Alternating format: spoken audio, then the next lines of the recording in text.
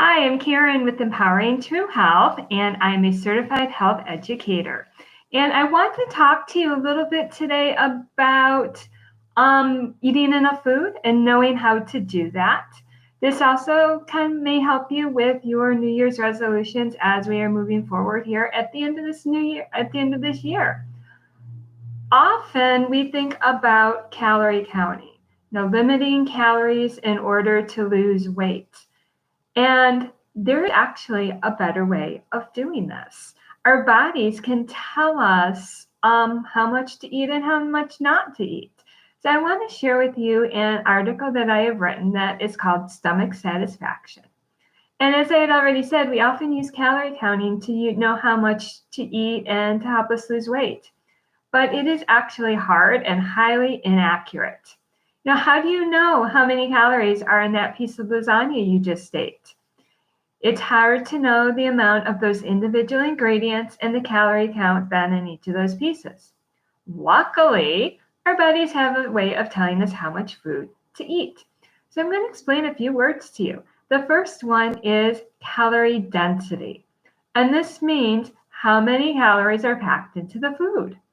If a food has low calorie density, then it contains a few calories per pound. If a food has high calorie density, then it contains a lot of calories per pound. Foods that have fat in them contain more calories per pound and are considered calorie dense. For example, let's take a pound of ground beef that is 85% lean and then 15% fat. It has around 971 calories. 1 pound of vegetables contains about 100 calories, and a pound of fruit has about 200 calories. So eating ground beef is certainly different than eating fruits and vegetables. Now, I don't want you to be counting how many calories are in that beef or the fruits and vegetables. It's more just an awareness of the amount in them. So the next concept we need to be familiar with is satiety, and that's the feeling of being satisfied and full. And it's based upon two things that are in our stomach, stretch and nutrient receptors. Stretch receptors determine when our stomach is full of food. They focus then on the amount of food. Nutrient receptors detect calorie density. They are concerned with us getting enough calories for our body to function optimally. So the key to achieving satiety, sometimes it's hard to say for me, is to eat foods that fill our stomach, making the stretch receptors happy, while also eating enough calories to make the nutrient receptors happy. So ultimately, to reach satiety and see those health benefits that we all really want, we need to focus on our food choices. Let's say you are eating a chicken topped with cheese or a fast food hamburger, kind of that typical standard American diet. You're easily going to satisfy those nutrient receptors because those foods are calorie dense. They have a lot of calories, not a lot of food. However, your stretch receptors are not going to be satisfied because the amount of food you've eaten doesn't fill your stomach. As a result, you continue to eat until both receptors are satisfied and you end up overeating. And as we know, eating too many calories results in weight gain, which is a risk factor for other health issues. And I've talked about this before, so go back and watch some of the other videos. Doug Lysel in the movie Forks Over Knives explains it this way, and that there is an obesity epidemic because people have to overeat just to be satisfied. If you follow the whole food plant-based eating pattern, the opposite occurs.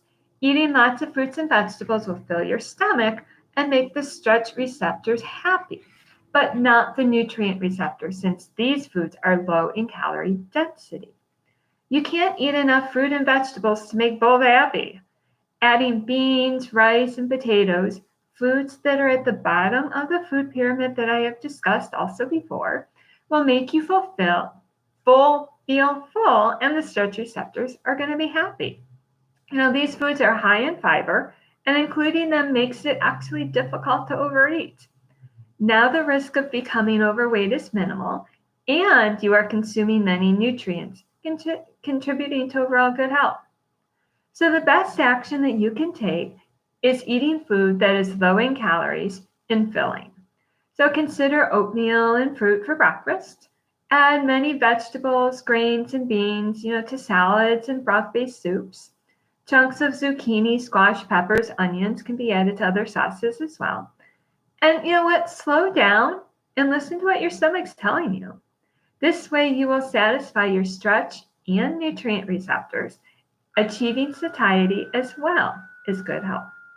Now, if you want a visual of what calorie density looks like, I encourage you just to go online and search calorie density image, and it will get plenty of visuals to show you the difference between eating that hamburger and eating fruits and vegetables. So if you've enjoyed this or thinks there is somebody else who might enjoy it, please share it, give this a thumbs up, and subscribe to my channel. As I've said before, also I have references that go along with these articles. Obviously, I'm not doing them on the video, but if you would like the references, go to the Empowering to Health website, empoweringtohealth.com. You'll see a subscribe button for a free newsletter at the bottom of each page. Subscribe, and then you're going to get the newsletters with the references. So thanks for tuning in, and until next time, be healthy.